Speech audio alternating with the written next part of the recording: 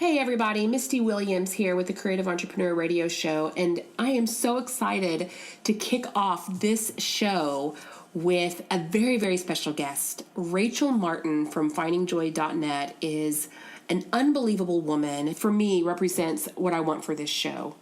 An inside look at the life, lifestyles, and passion projects of seasoned entrepreneurs, and real in-the-trenches stories that can give us all insight into how we create businesses and lives that we love, and little distinctions that might help us make a shift here and there that could be transformative in our businesses. Rachel has one of the stickiest, most viral platforms I know. And in this interview, we're going to take apart her secret sauce, so to speak. We're going to dive in and take a really close look at what she does to get 10,000 Facebook shares, and how she got the attention of the writers over at Huffington Post, or the editors at Huffington Post, how she wrote a story for them that became their number one story across the board for their entire newspaper. She's done some really remarkable things, and what Rachel understands really powerfully is how to connect. She's so great at connecting, and when you connect well, man, there's so much that you can do on social media. So I want you guys to understand what she does. It's really, really important. We're going to get an introduction to my Marketech laws, a set of distinctions that I've cultivated over the last decade plus of working with entrepreneurs to grow their businesses. And you're going to learn why she gets so excited about Target and Starbucks and all sorts of goodness. I'm super excited to share this interview with you guys. This is one you'll want to share with all your colleagues for sure. So honored to have you join me today. Thanks for tuning in. Welcome to Creative Entrepreneur Radio. We're going backstage to explore the lives, lifestyles, and growth strategies mastered by seasoned entrepreneurs around the world. Entrepreneurs are gladiators. Are you one of us? If you're a first-time listener, welcome. Feel free to add the podcast to your favorite RSS feed or iTunes, and check out our show notes at creativeentrepreneurradio.com. Up now, host and founder of MarketechU.com, Misty Williams. Hey everyone, welcome to the Entrepreneurial All Access. I'm your host, Misty Williams. Excited for you guys to join us today. We are going to talk to Rachel Martin from findingjoy.net. Woohoo! Woohoo! I gotta do my little whoo. Yes. Rachel is the writer behind the highly successful website Finding Joy, where she focuses on intentional living and motherhood. In 4 years, her site has reached millions of readers and boasts a Facebook community of over 35,000. She is the author of the Dear Mom Letters ebook, currently being published by Morgan James Publishing, and she speaks nationally at various events, including Blogging Concentrated, where she speaks not only on motherhood, or not only on blogging, voice, and marketing, but also motherhood, celiac disease, and living an intentional, joy-filled life. She's the featured writer for the Huffington Post, and her articles have been featured on Parents.com, WhatToExpect.com, DrGreen.com, iVillage Australia, She Knows, Blog Her, and more. A mother of 7, you can find her at home teaching her kids, drinking coffee, and learning to appreciate the little things in life that truly matter. Thank you for joining us today. Yes, I'm excited. I was looking for something about Target in this little blurb. There should be a love of Target in there. There should be something that says Starbucks and says Target. I should have just like the Target logo right next to me, because anybody that knows me knows I really do love Target. And I always say it is because I grew up in the birthplace of Target. Is that what it is? Minneapolis is the birthplace where Target started. I remember the initial one and going there, and my dad saying, we're going and shop, and I loved it. And so I'm pretty loyal to it. Yeah. My readers know it too. They think it's funny. And it's just a little quirk, but I think so if you would have grown up in Arkansas, you might have the same affinity for Walmart. No, never. No, it's not happening. I cannot imagine loving Walmart the way I love Target. So what do you love about Target? Everything. Let me just count the ways. Let me count the ways. Okay, so I always joke, like, if you could bottle the smell of Target, you would bring lots of people great joy. I don't know. I love the culture of it. I love the employees, that they're friendly. I know them. I know what to expect when I go there. I know how it's going to be laid out. And honestly, to me, it's just part of my life. It's where I get groceries. And so are you going for an endorsement deal with Target and Starbucks? You know what? People say to me, especially Starbucks too, like, the amount of times that you Instagram your latte and talk about Target, you should just be their complete ambassador. But Yeah, I wrote a post. We have Jared in Subway. We should have Like, there was a Rachel post I wrote, "Dear Target, we all love you." and Dan, my business partner, he was like, "Oh, no one's going to read that." I'm like, "Seriously, they are going to love it." And it's gotten a little bit crazy because I listed, like, we all know the rules about our friendship with Target, like not to wear khaki pants and a red shirt unless you want to be asked questions about Target, which is okay in my case because I'll tell you it's aisle 7. Right. So right. It works out. Right. Yes. Well, I guess the loyalty you have to Target kind of mirrors probably that kind of loyal following that you attract, because you have got a lot of people that are paying attention to the stuff that you're putting out for finding joy in. They do. I feel really, honestly, bottom line, blessed about that. Because when you start off with your venture and what you're doing, I remember the first time I started typing something in, you just don't know how it's going to go. Yeah. And you don't know who you're going to reach and what you're going to resonate, and you don't know the outcome. And sometimes I'll sit back on a plane, because I fly a lot with my other company, Blogging Concentrated, and sometimes I just think, whoa, how did this happen? And I just feel super grateful. Yeah. So I keep that posture through everything I do. Yeah. So, because sometimes it's work. Well, so I'm really curious. There's a lot of things I actually wanted to ask. We've had other conversations, and I'll probably pull from those, as we go through this conversation. But I almost didn't want to ask you some of these questions that have been percolating in my head because I didn't want to clue you in. Oh, go ahead and clue me in. On the direction that we were going, because I wanted to, to be off the cuff. You want to catch me off guard, is what you're saying. Well, I want it to be really authentic. So, I mean, 4 years is not very long. No. This year I will surpass probably 5 million people that I've read, which is, I don't know how that happened. Yeah. And I don't say the number in a way like, whoa. I say it in a way that I strongly believe that people have this ability right now to be a voice out in the world. And for thousands and thousands of years, we've wanted an opportunity to speak and to be a voice. Mm-hmm. And I started sitting in my living room at the table one day, just typing something, not knowing that would be the result. Mm-hmm. And I love it. And I say that number, if you set your mind to something, it's amazing what you can really do with it. Yeah. So I kind of have a unofficial benchmark for the Creative Entrepreneur All Access, that I want entrepreneurs who have been at it 5 years or more. Mm-hmm. But you're such a special case because I love being you're special. You're a year shy. Yes. You're a year shy. But I mean, I think it would be really helpful to people to kind of hear where you come from, because I think we meet people at a moment in time, mm-hmm. and whatever they've achieved or wherever they're at, it's almost like that's where they begin. Mm-hmm. And we judge ourselves am I beginning there? Mm-hmm.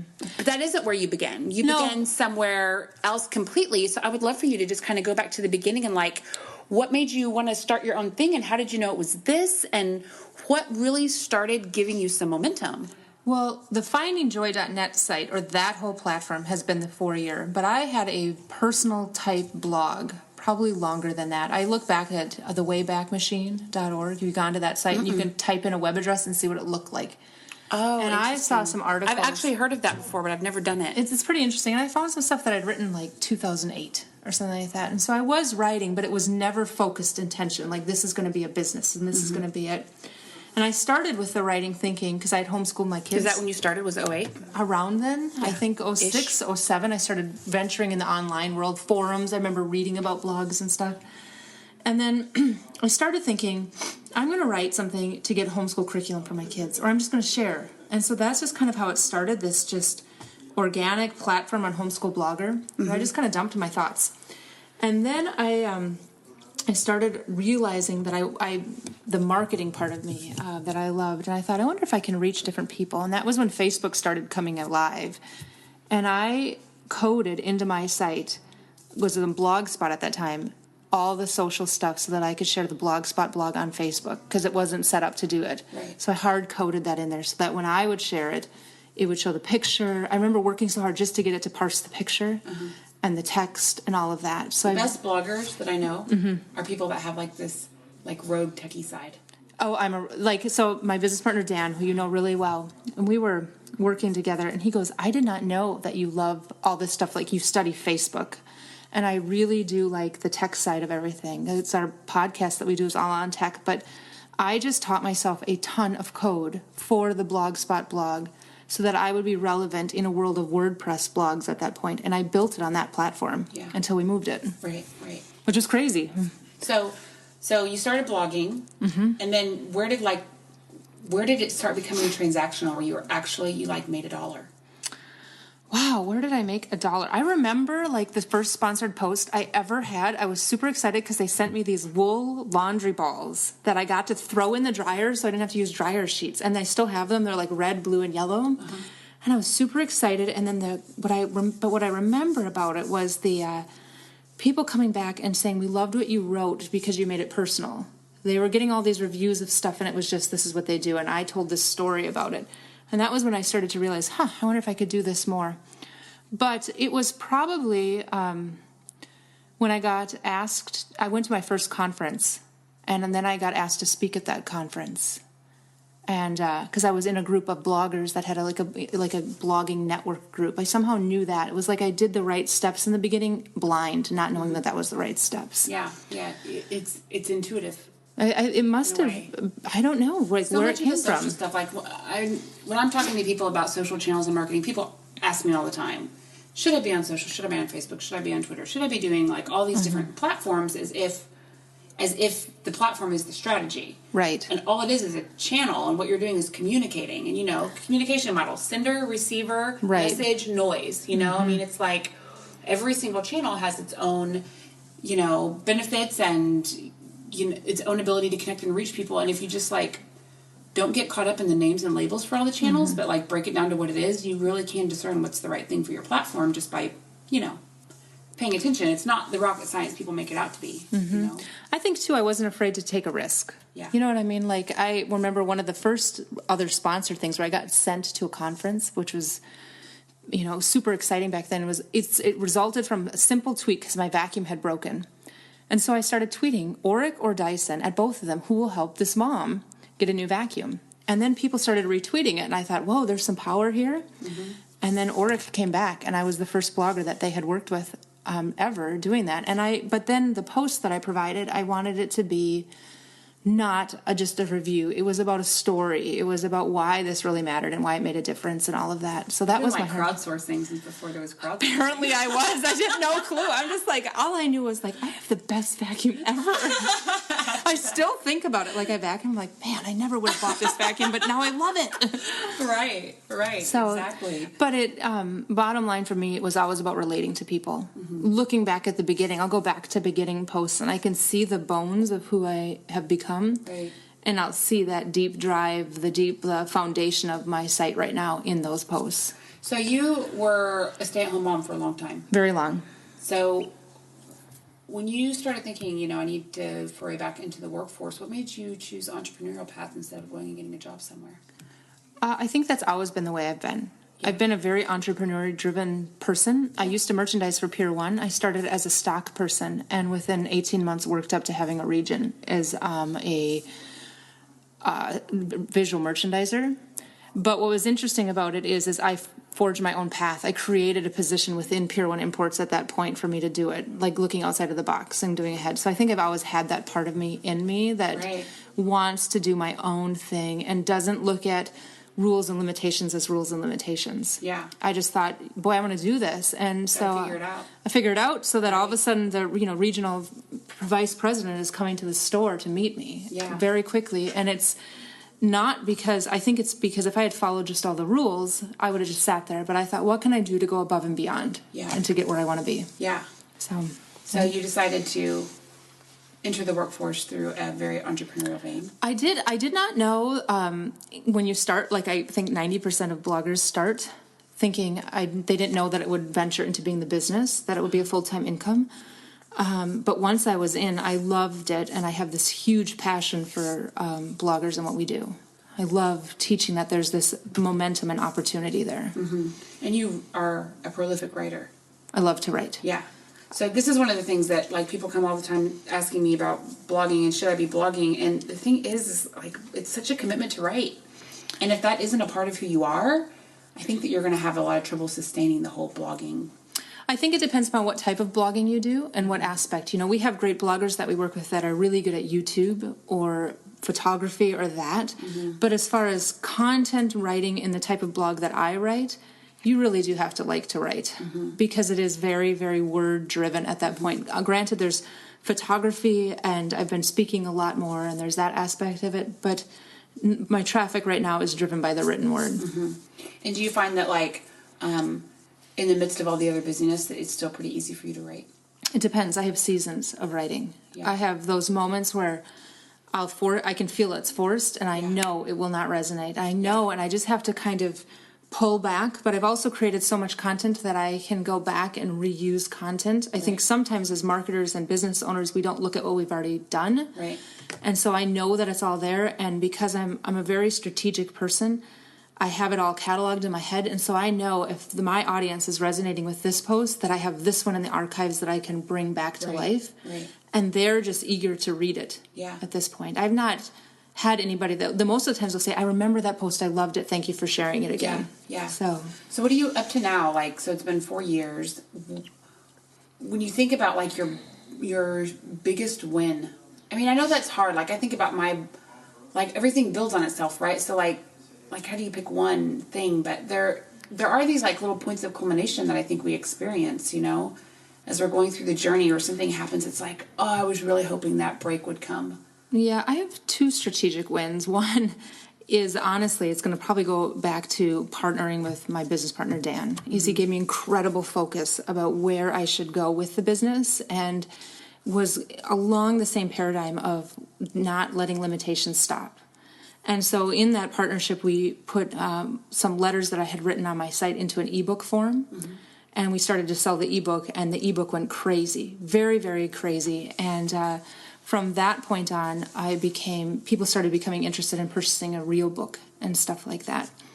But around that same time, I had also made a commitment to write a book within 6 months, and I stuck to it. So I think that it was this whole time of deciding to put myself out there and not dealing with no as an answer. And it was not even no from the outside world. It was my own limitations of, you can't write a book. Right. You can't do this. Why are people going to want to buy this? Because anytime you put something for sale out there, you're really at the mercy of what everybody else. I had to be okay with 2 sales. Right. And saying that's okay. That wasn't the product. Yeah. And getting over that fear was what it was. Yeah. So that's your number 1. Yeah. I think that... a really big win was, and I had a couple posts go viral, like crazy viral, which was the type of momentum that I've never experienced before, like walking in places and people knowing that they'd read the book or the article. And then getting featured on Huffington Post Live, not even Huffington Post Live, I ended up on the front page because an article that they published through me had so much traffic that it topped all of their other traffic news for that time period, and it became one of their top traffic producers, I think, in this year's time. So I have a picture saved from Huffington Post where it was the front page, and I was on the front page underneath Hillary Clinton with an article. And that, I think, besides getting me out there, gave me this personal confidence. Like, okay, you can do this. Yeah. So that was cool. That was pretty cool. Yeah, that's kind of a big part of it, right? Like just believing in ourselves enough to take that next leap, and being okay with saying that this is what has happened, and that it's okay to share the victories. And I always encourage moms, like, share your victories, and when another mom shares their victories, listen to it and appreciate it. Don't feel threatened by it, because when your time has that, you want to have them rally around you too. Yeah, totally. So like, why, for this path for you, I mean, I think for all of us it probably represents a lot of freedom and flexibility, but what's really special about the lifestyle that comes along with being an entrepreneur for you? I can write anywhere. I can write in the airport as I'm waiting to fly somewhere. I can write late at night. I love the freedom of being able to make money in different places. When I'm up at the lake with my kids for the week, I can decide I'm going to kind of slow down for a little bit and use evergreen content. So I love the freedom of being an entrepreneur. And then I also love, especially the part which I do with Blogging Concentrated, is I love inspiring other people to not let fear hold them back so that they see their potential. That is just passionate. That's just a strong passion of mine. Yeah. So what are, like, when you think about maybe the biggest fear that you've had to confront to be an entrepreneur? Fear of failure. Yeah. Fear of, I think... What does that look like? That no one will read what you're saying, that it doesn't work, that other people will look... It's just all this type of fear of it not working, or someone saying no. And has there been a time that's been particularly debilitating for you or particularly poignant? Like, can you go back to a point in time? And because I think we hear fear of failure, right? And we hear, like what you're saying, like I think we've heard it in, motivational speeches and Yeah, fear of failure. One of my big letters is. But what does that look like when you're in your office by yourself and working on a project, or you're at a conference and you're about to walk through the double doors for the first time? I've gotten over the fear of failing when I walk in to speak. Yeah. Because I started to tell myself, and I tell myself with every single thing I write, if it resonates with one person, I've done my job today. Yeah. And I started to make it less about me and how much more I can give to other people. And that has helped with the fear of failure, because I realized the failing part, the not measuring up, the not doing, was really about looking in at me. Yeah. And it was less about what can I give the world and how can I serve other people in it. And especially with writing to moms, so many moms deal with this idea that they're not doing enough, and then they're not producing enough, they're not significant, they're not measuring up. Like when my oldest daughter was young, there was no internet, and there was just magazines and all this. And now moms face this incredible pressure from social media all the time, like with Pinterest and Facebook and this constant thing about all these things that they should be doing. It's hard to shut it off. And so part of mine is just wanting to cut through that chatter and say, you as a person are instinctively enough in what you do. Yeah. So talk about what makes you the most proud today. So, there's things that have happened in the past, that you're proud of your accomplishments and where you've come from. But when you think about, we're about to enter a new year, and you and Dan in particular have had a lot of great things happen over the last year. You've tried a lot of things and slung a lot of spaghetti, and a lot of it stuck. I like your analogy. Yes. So Yes. What are you most proud of? That we didn't quit. I think that because I have given up a lot of sleep over the past year, a great deal. And I have a lot of people that will say, you're kind of crazy. How can you do all this and still keep running? I'm basically running 2 businesses and keeping Finding Joy active and doing Blogging Concentrated. And we have our podcast that we do. And I just didn't want to quit. I didn't want to be I always tell my kids, if Thomas Edison stopped one short of inventing the light bulb, then he would not have his name with inventing the light bulb. And I could not go through life thinking that I was one short of getting where I was. Yeah. And so one of my favorite quotes that I always love is a Japanese proverb that says, fall 7 times, get up 8.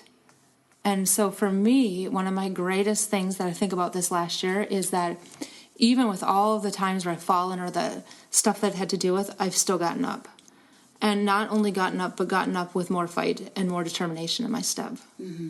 So I'm very, very focused on what we need to do. And I don't want to hear no, or I don't want to get to the end of my days and think, why didn't I take that risk?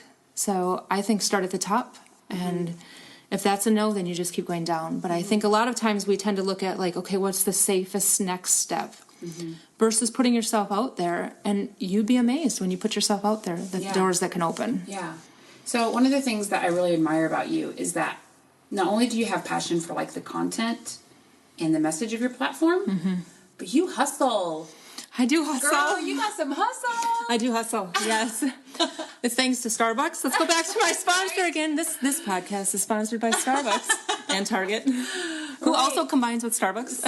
So one of the things that I really love to do when I'm talking to entrepreneurs in our more private conversations is kind of peel back the layers on it's we see the end result, but I could talk to 5 people or 10 or 20 or 30 people, and how did you create what might look on the outside like the same result? Everyone did it such a different kind of way. So tell us about some of the things that you started doing real strategically, maybe early on, to really help your platform get some teeth and traction. And so the person that is listening to this podcast, they might be in the independent professional space or the solopreneur space where they're packaging their own knowledge and expertise, but they also might have a business. And they see that blogging and working on their own platform as kind of a personality within the context of their business could be beneficial for them. So I really have them in mind when I'm asking this question. I think it's understanding how to reach people. That was the initial thing for me, was how do I wanted to figure out, how do I get people to find my site? And even from the beginning, from the beginning, when I started writing, there was no Facebook even. So I started commenting on other blogs. I started joining in that type, the link ups of different blogs and creating community that way. And so then How long did you do that before? A year. I mean, it was a long time that I just was focused on how do I reach out to other bloggers? How do I get connected? Do I guest post? Do I do something? How do I find people? But I knew my market wasn't bloggers. I knew my market was moms, because the posts that started getting traction were mom posts. Mm-hmm. But I also knew that in order for a post to get traction, that meant that one mom needed to share it with another mom, that there needed to be layers beyond me. I needed to be the start, but they needed to get it so that it would ripple out. And so I thought, how can I start connecting with them? And again, that's when Facebook started and Twitter started. So I joined those platforms, didn't know anything about them, but I didn't let that stop me. A lot of times people think I need to understand it before I do it. I thought I need to get in it and understand it.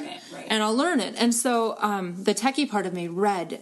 I read the Facebook blog. I read all Facebook. I read all of that stuff. And I don't get stuck on algorithms. Like people get stuck saying, it doesn't work. I say, I'm going to make it work.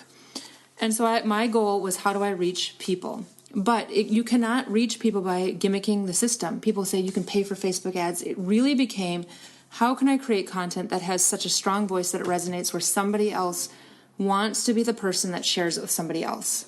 And that was the primary goal, is writing in such a way that it blessed somebody that they wanted to bless somebody else. And so it was really about paying it forward. Yeah. And that was the strategy for building it in that way, because how long do you think it took before you really started seeing? I think the first type of post that I ever had that had any type of like, whoa, this is getting shared, like 1,000 likes on Facebook, which was huge for me at that time, was in April 2 years ago. Was it 3 years ago? You were at it a couple of years. I was. Before you really started feeling like it was getting teeth. I was, and if you look at my analytics, you can kind of see it. They're kind of there. And then I decided to do a series. I did this 10 days of intentional parenting series with people. And I was already doing the marketing aspect in it, because I knew, how do I keep them there? And so I had a post that was going crazy before that to the mom with a mom with young kids or something. And at the end of it, I did a call to action, not even knowing what a call to action was, saying, if you'd like, we're doing a series, 10 Days of Intentional Parenting series, sign up here for my email. So I was already had that marketing part of me thinking, how do I move them from here to here? Yeah. And I just kept building it in that way, of moving them, trying to get them on my list or on with Facebook in that way. Yeah. So that was it. And just this determination, like I realized that moms share content on Facebook. This was the platform that I needed to use to drive traffic. Yeah. So you spent how long growing your list before you were able to start leveraging it and selling? My list has been growing since the beginning. Definitely. I didn't grow my list the right way. I was like a feed burner person in the morning, beginning, and had the list that way, and then moved them to my own private list. And then, I've got my Facebook page, which I always tell marketers, you don't own Facebook. Zuckerberg could go rogue, and there it's all gone. You see businesses that they think, I'm just going to build my platform on Facebook, and I just want to go, where's the news? Don't do that. I would say intently for the last 2 years, since I've really started working with Dan. Yeah. And becoming business partners. I think that's really healthy perspective. If you're building a platform, especially in this way, where you're really trying to create strong connections and have a genuine footprint in people's lives, that you're going to invest in it for a couple You have to years. invest back in them too. Mm-hmm. That's the other thing I tell people all the time, is when people comment, I comment back. When people share something on Facebook, if it's a public share and I can find it, I comment on the public share and I tell them, thank you so much for sharing. I really appreciate it, Rachel. And then I'll tag from Finding Joy, that they know it's me. And I want them, that investment back into them has made them incredibly loyal to me, so that, my one son is gluten-free, that I'll have people that will Instagram and take pictures of themselves at the store, finding something gluten-free, and they want to share it with me. Mm-hmm. So that's a real relationship between them and me, that they're out thinking about me when I'm not in their lives. Like, whoa, that blogger that I like, let's send her a picture. And I invest back into them. Yeah. So one of the things that I love about being an entrepreneur personally is I love, I'm a curious person, okay? And That's a good word. I like to understand how everything works. And me too. So I am constantly finding something that like fascinates me, and then like taking it apart and figuring out how to like, I'm just like falling in love with it. And I started running half marathons and buying all the gear and learning all about it and all the regimens and reading the books. And, I think that there's several different, because I have so much control over my schedule and my lifestyle, really, it's made me really intentional about my lifestyle. So there's different things I've kind of built into my lifestyle that I can attribute in some ways to being an entrepreneur. So if you were to think about your life and the things that you're really passionate about that are outside of like the job part of working and, having a career, what has being an entrepreneur allowed you to really explore, and what are you really passionate about?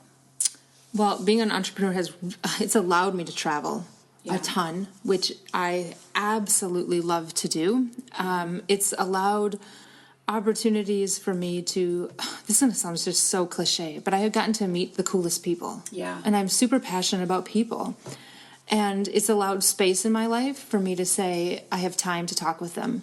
Like in my travels a lot, some of the greatest people I've met have been in airports that instead of just racing through, I've decided to take out my earbuds and to have these moments of conversation with them, and I still keep in touch with them. Like, it's to the point where sometimes people are like, we're going to save your seat on the next leg of the journey. And I'll board, and they're like, they're waving for me, because it's not just about racing through life. I think most of life is about building connections with other people, and being an entrepreneur in the way that I have the space and the freedom to do that, to sit at Starbucks and talk with people, so that I'm like Norm when I come in there. Yeah. Like Rachel, they cheer for me. And I know I give them money, but I think it's also because I can take time to invest, because I'm my own boss. Right. I can take my son with me, and we can spend time there working. Yeah. And I love that freedom. Right. And I love seeing my kids be super excited about what I get to do. Like, they'll look on Google Analytics and they'll be like, Mom, did you see what percentage of traffic was mobile right now? I mean, they get it too, and I love sharing that with them. Yeah, it's very educational for them, I'm sure. Well, yeah, they kind of like it. They'll say it at school. They'll be like, my mom was on YouTube yesterday. So it's stuff like that. It's like the 5 o'clock news in 2014. Yes, it's kind of interesting. Like, or one of the things that I found interesting was I had conferences with my first grade teacher, my son's first grade teacher, and then at the end she goes, your blog, the music teacher came up and said she's been reading a long time, and then she said, and look, that's Eli, her son. So like, there's like this interesting relationship of how it makes me realize how it's percolated into life without me realizing it. Right. So Right. I told Eli to behave after that. Really behave, dude. Yeah, she knows who I am. Yes. Okay, so I have a set of Architect laws. I like laws. Yeah, that I use. And I was skimming through here. I mean, like, I could probably find so many laws that we could talk about. Oh, cool. I love these laws. Yeah, they're really, really great. So the one that I think is really, like, standing out to me for you is the law of least resistance. Although, probably we could just sit here and talk about all of them for now. Let's talk about them. They're fun. The law of least resistance says, a sailor charts her course by understanding and leveraging the energy around it, wind and current. I will honor my gifts by finding ways to serve that are aligned with the marketplace and how people want to buy. Smooth seas do not make good sailors. Oh, that law makes me teary. I get teary. Yeah, why do you get teary?